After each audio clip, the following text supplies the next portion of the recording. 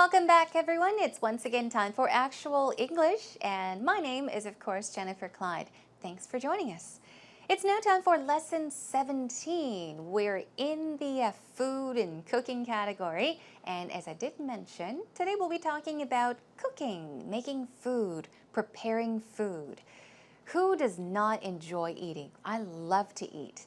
And that is why I gained so much weight, but right now I'm working very hard to lose all that weight, but I still enjoy eating.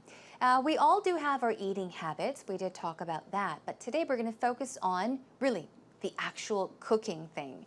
So, do you cook at home? Does your wife cook for you? Does your mother cook for you? Do you cook for your family? Of course, there are good cooks and terrible cooks, so I'm just curious as to how well you cook. What is your favorite dish? What can you make? What can you fix up deliciously? So when it comes to food, if someone were to ask you, what can you make? You can probably talk about many dishes that you can put together or prepare, but perhaps you can talk about your special recipe as well. A recipe that you know, and you want to keep it a secret from everyone. Anyhow, there's much to talk about, so let's get straight into our first segment. It's time for Actual Talk.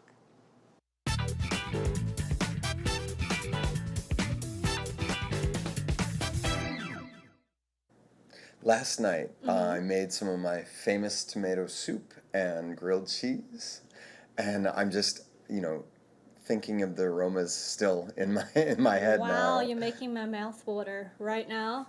You tend to be a bit of a good cook. You like cooking? I would say I'm a good cook, but I'm not a chef. I have two very good friends at home who are excellent chefs. Oh, they're so it's actual very I chefs. can't compare by any Right. means. Do you do most of the cooking at home, though? No? I tend to, because my wife's busy cooking separate meals for the babies, so then I'll throw something together for us. So you tend to cook Western-style dishes? Or? Only, yeah. Oh, only? Yeah, she'll cook Korean-style stuff. Oh, nice. but Do you I like cook. eating Korean food? I love eating Korean food. I'm just not good at making it. So what's the favorite dish that you like to make? I have this great summer pasta. It's a lemon cream pasta with some sautéed broccoli and chicken. Wow.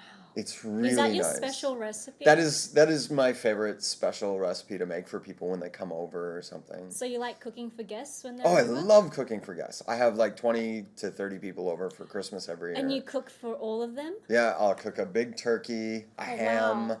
and all the fixings. So you've got the drinks before the main meal and the appetizer and the the cheese desserts? plate and everything. Nice. Yeah, I kind of go all out. I love entertaining. What about you? Me, I tend to cook for a smaller group. I can't cook for 20 to 30 people. All I can cook on a large scale would be ramen. I don't think my friends would appreciate that. I like to cook little nibblies like cheese crackers and stuff, cheese platters and stuff like that as well. But yeah, I like to cook Korean food because I learned that from my mother when I was back in Australia. I can get that, I can buy that anywhere here, but back at home, we used to cook it at home because there's nowhere else to buy it. So yeah, any party food like japchae and stuff like that, I tend to cook. Oh, let's have some.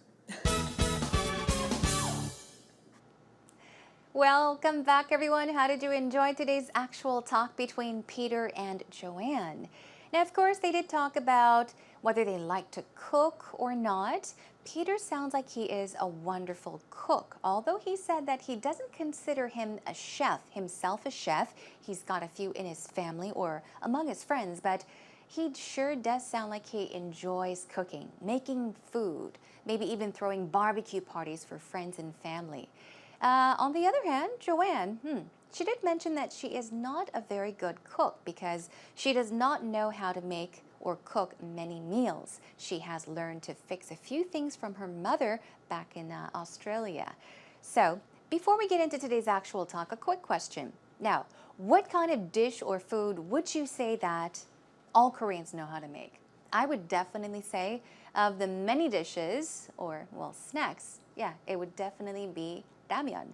I make ramen pretty well, and I'm sure you do too, but I do have my own very special ramen recipe. Anyhow, all right, let's get straight into today's actual talk.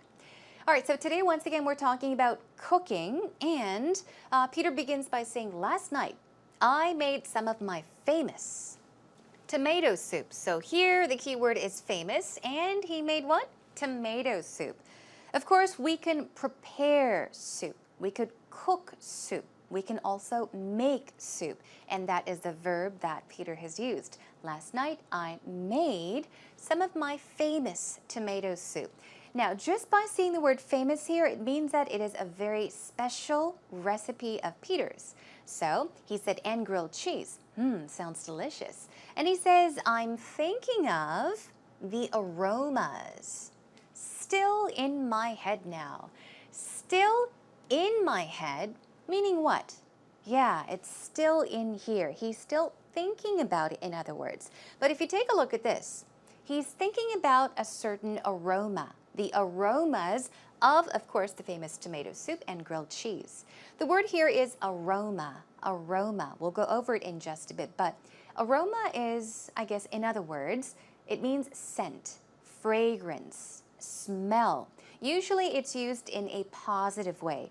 If you're talking about a good smell, you can use words such as fragrance, scent, and aroma.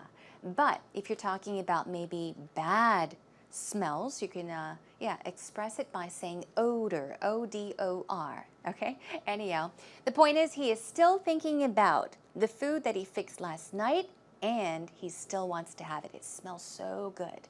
And then Joanne says, wow, you're making my mouth water. Now, make use of this in the future. Practice it. The whole point is make one's mouth water. Now, that means in Korean, 침이 고인다. If something sounds really delicious, if something looks really delicious, and then you have saliva forming in your mouth, you would say, my mouth is watering right now.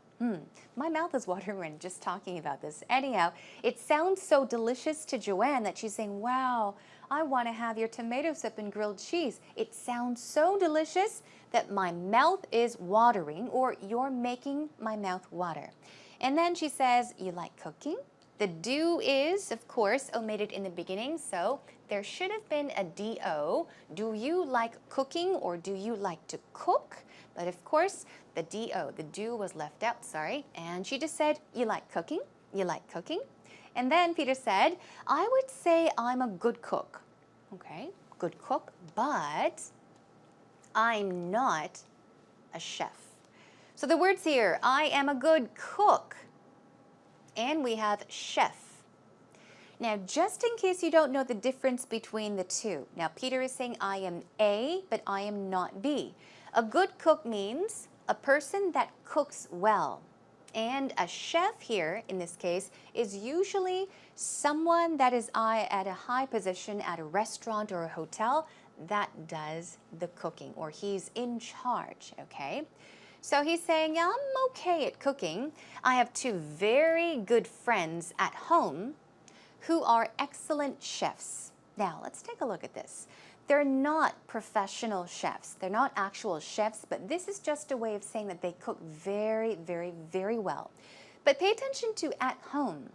What do you think that means here? At home meaning at home, at my house?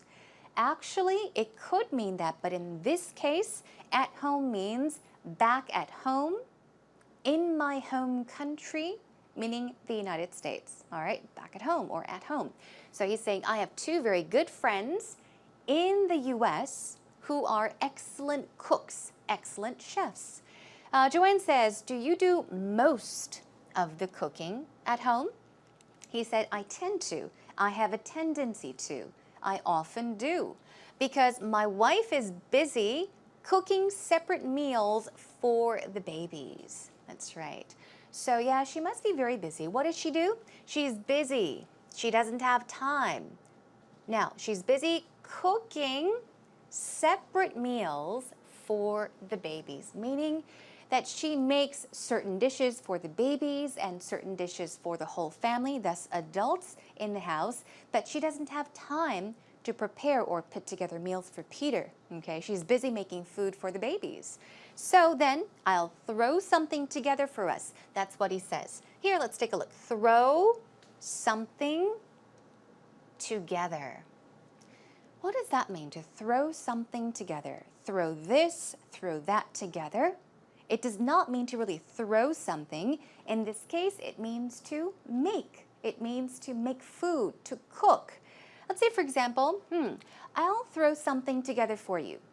In that case, if you are talking about food, it means that perhaps I will make you a very simple snack or a very simple meal. I'll cook something for you, okay? I'll throw something for you. I'll throw in something. In that case, means to put in a certain dish as well. Anyhow, moving on, Joanne says, so you tend to cook Western-style dishes. Dishes in this case does not mean, of course, the plate. We're talking about food, okay? Well, Peter says only, meaning only Western food. She'll cook Korean-style stuff. Now, she, of course, we're talking about Peter's wife, right?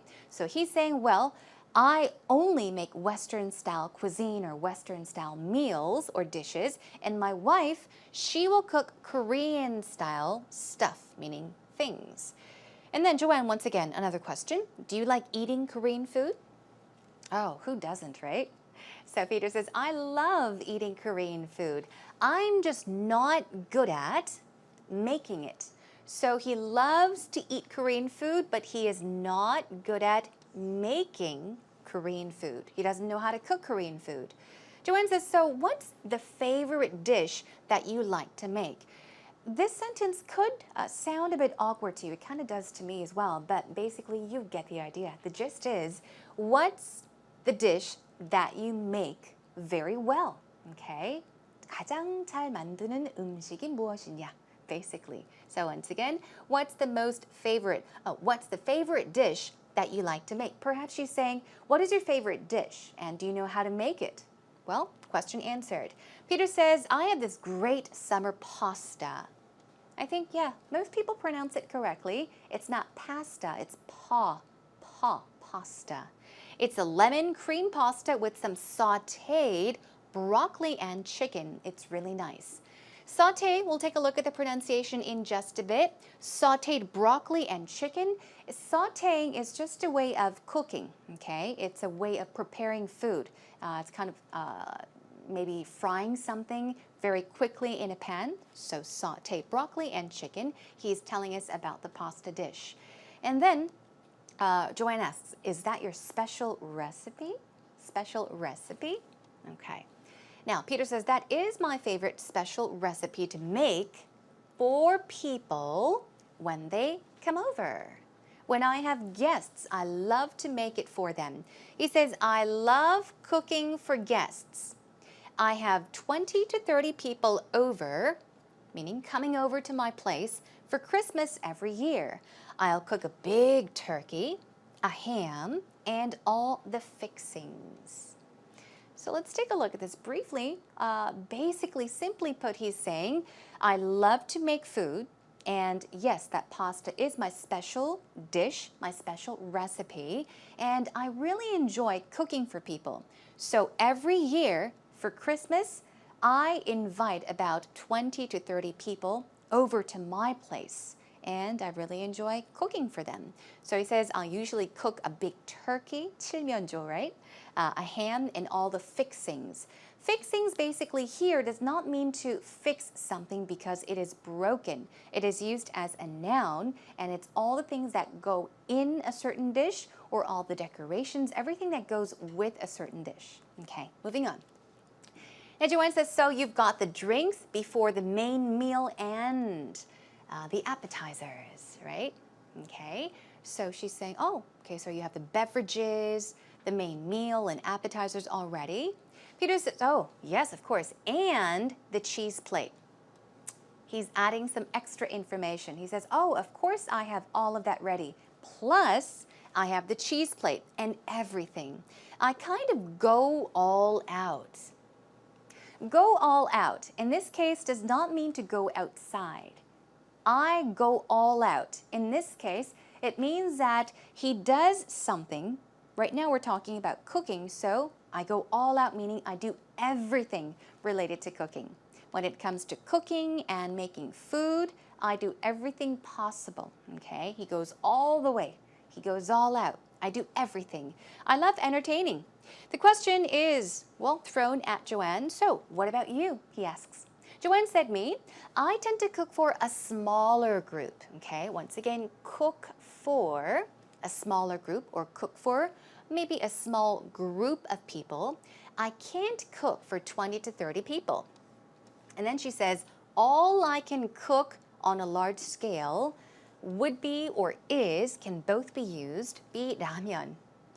That's exactly why I said those Koreans know how to make ramen. It's pretty simple. We all have our own special recipes, I think. But anyhow, she's saying, I can't make lots of food like you. No, not for 20 or 30 people, but I can make food for maybe a smaller group of people.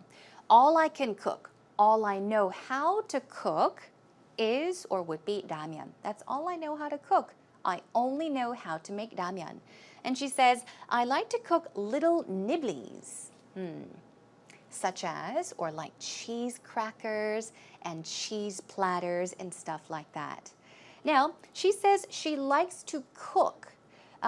You can also use the word make or prepare. Cooking is closer to maybe boiling something in a pot, right? Using heat on a stove perhaps, but making cheese crackers, or you can also prepare cheese platters. When you want to talk about putting together maybe snacks or something very simple, try to use words such as make or put together, prepare. And when it really comes to boiling something, sautéing something, to more complicated dishes, definitely you could use the word cook. Anyhow, she likes to make nibblies. You can nibble on things, N-I-B-B-L-E. As a verb, it means to go, you're nibbling on something. And in this case, it's used as a noun. Nibblies basically are foods such as finger food, very simple snacks such as crackers, things you can chew on, okay? All right, and then let's move on. I like to cook Korean food because I learned that from my mother. Yes, learn something from someone, right? So here, pay attention, learn so-and-so from someone. Now, she learned how to cook ramen or nibblies when she was back in Australia. Back at home, once again, she mentions. See, we did mention. Now, Peter did mention the word back at home. Even right now, we have back at home, or the at can be omitted as well. Back home in Australia, back at home. We used to cook it at home because there was nowhere else to buy it. So any party food, like japchae, I tend to cook. I guess japchae isn't exactly a nibbly because it's not really chewy, but it definitely can be expressed as a type of party food, right? Usually it's celebrations or special holidays or special events in Korea, you always see japchae. So the next time you talk about japchae, try using the word party food. So japchae is a kind of party food that lots of Koreans enjoy. And yeah, now we have a basic idea of what Joanne could cook or could put together and what Peter can put together as well. Well, let's take a moment to listen to today's actual talk one more time. Last night, I made some of my famous tomato soup and grilled cheese, and I'm just, thinking of the aromas still in my head now. Wow, you're making my mouth water right now. You tend to be a bit of a good cook. You like cooking? I would say I'm a good cook, but I'm not a chef. I have two very good friends at home who are excellent chefs. Oh, they're so it's very chefs. I can't compare by any means. Do you do most of the cooking at home though? No?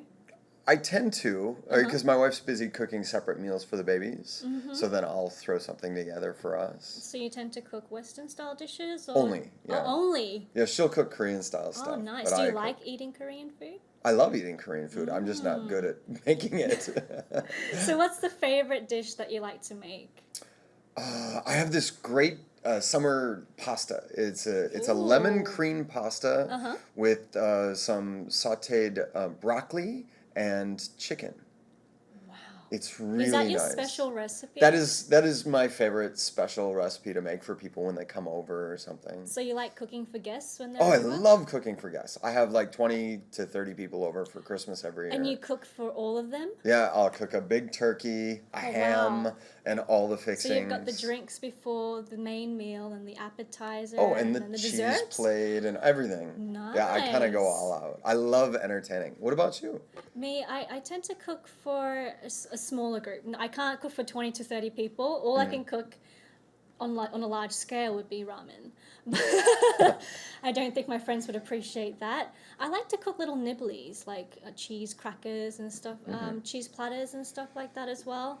But yeah, I like to cook Korean food because I learned that from my mother when I was back in Australia. I can get that, I can buy that anywhere here, but back at home, we used to cook it at home because there's nowhere else to buy it. So yeah, any party food like japchae and stuff like that, I tend to cook. Oh, let's have some. Now, is your mouth watering or not? Are you thinking about something delicious right now? Well, hold it until the lesson is over, everyone. Okay, now let's take a look at some actual expressions, some patterns, and first of all, some vocab to keep in mind. We took a look at lots of words today, but let's practice pronunciation. So we had aroma, right? Peter was saying something about how he cannot forget about the aromas of what he had the night before, right? So aroma, as you can see, the stress goes on the second syllable. Aroma, aroma. Some synonyms are scent, fragrance, as I mentioned, a very good smell. And then we have chef, simple to pronounce, chef, chef, as you would pronounce S-H-E-F, chef. Some other words for chef is chief cook. That is the actual definition of a chef. And also, they're also called a gourmet chef as well. In that case, the T is silent. It's gourmet, gourmet, as in M-A-Y, gourmet. And we have sauté. Remember, sautéed, blah, blah, blah. It's a way of, or preparing food, and it's pronounced sauté, sauté. It's not sauté, it's sauté. And recipe, you may all know, but just in case, the P sound here is recipe. It's closer to a B sound, so it's recipe, recipe. And finally, we have appetizer. Also, it's not appetizer, it's appetizer, appetizer, okay, appetizer. Now, I did want to point these words out to you. Now, these days, a lot of people go to French restaurants, Italian restaurants, since there are so many opening up around us. And you may see these words on the menu. So just in case, do not get lost. Here is antipasto. Probably have seen that word. Antipasto is another word for appetizer.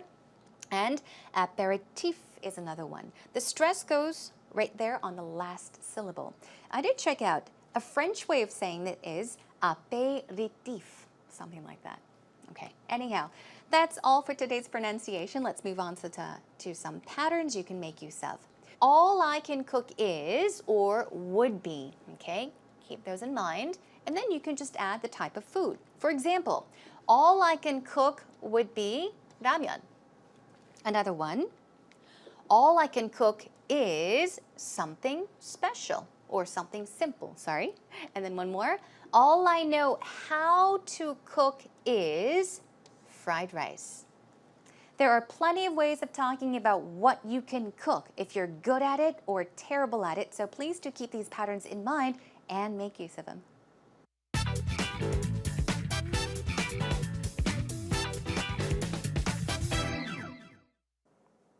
I really like cooking. I think that to gather everything at home, to chop things, to smell all the food that you're cooking, to boil it in the pot, to wait for it, it's sort of, in a way, a very therapeutic experience. I remember last year when I had this really bad breakup, all I would do is like cook at home. And I would make all these pastas, I would bring it to people. And because cooking for somebody is such a loving thing to do, I think that constantly cooking for somebody is your way of showing affection for them. So when you're going through a hard time or through a breakup, to remember that there are other people you love and there are still people that you can cook for and you can cook for yourself. yeah, it can be sort of a therapeutic, very enjoyable experience.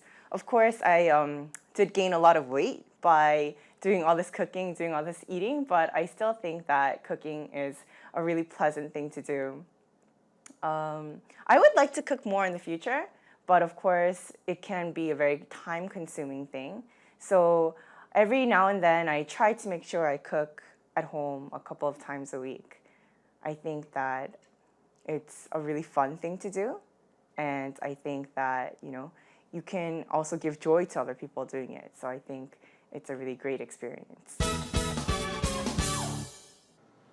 Thank you once again for the wonderful actual story. Now, I do have to agree with you. I really think that cooking is something very special. It is a wonderful way to show others that you care for them by putting together something very delicious. So let's check out what she mentioned. She talks about whether she enjoys cooking or not. She said, I really like cooking. You're talking about cooking, so begin talking about whether you like it or not. It's a very therapeutic experience. I love the way she explained cooking. It's a very therapeutic. Therapeutic. Think of the word therapy. That's right. We often get therapy. That's right. Now, therapeutic experience or therapeutic basically means it's kind of like a cure or treatment for something. So she's saying, yeah, cooking itself is a wonderful thing. Another one. Every now and then, this means occasionally, I try to cook at home. Because it's true, if you live at home alone, you tend to go out to eat. You don't really go home to cook for yourself as often. So in that case, you can also say every now and then, occasionally, I try to cook at home. Of course, that is if you do try to cook at home. All right, job well done. I really like cooking. I think that to gather everything at home, to chop things, to smell all the food that you're cooking, to boil it in the pot, to wait for it, it's sort of, in a way, a very therapeutic experience. I remember last year when I had this really bad breakup, all I would do is cook at home. And I would make all these pastas, I would bring it to people. And because cooking for somebody is such a loving thing to do, I think that constantly cooking for somebody is your way of showing affection for them. So when you're going through a hard time or through a breakup, to remember that there are other people you love and there are still people that you can cook for and you can cook for yourself. Yeah, it can be sort of a therapeutic, very enjoyable experience. Of course, I did gain a lot of weight by doing all this cooking, doing all this eating, but I still think that cooking is a really pleasant thing to do. I would like to cook more in the future, but of course, it can be a very time-consuming thing. So every now and then, I try to make sure I cook at home a couple of times a week. I think that it's a really fun thing to do, and I think that, you can also give joy to other people doing it. So I think it's a really great experience.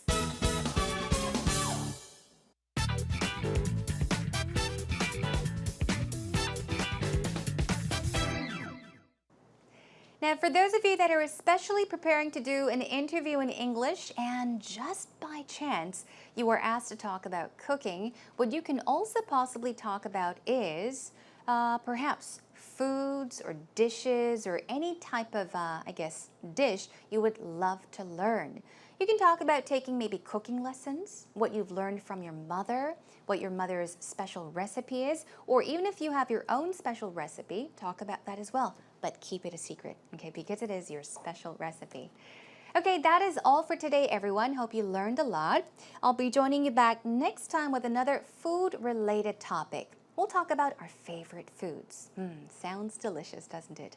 Okay, in the meantime, you can find your way over to our homepage. The address is www.ebse.co.kr, and you know what to do, right? Look for Actual English with Jennifer. All right, that is a wrap for today. Have a wonderful day, have a delicious day, and I'll catch you again next time. Bye for now.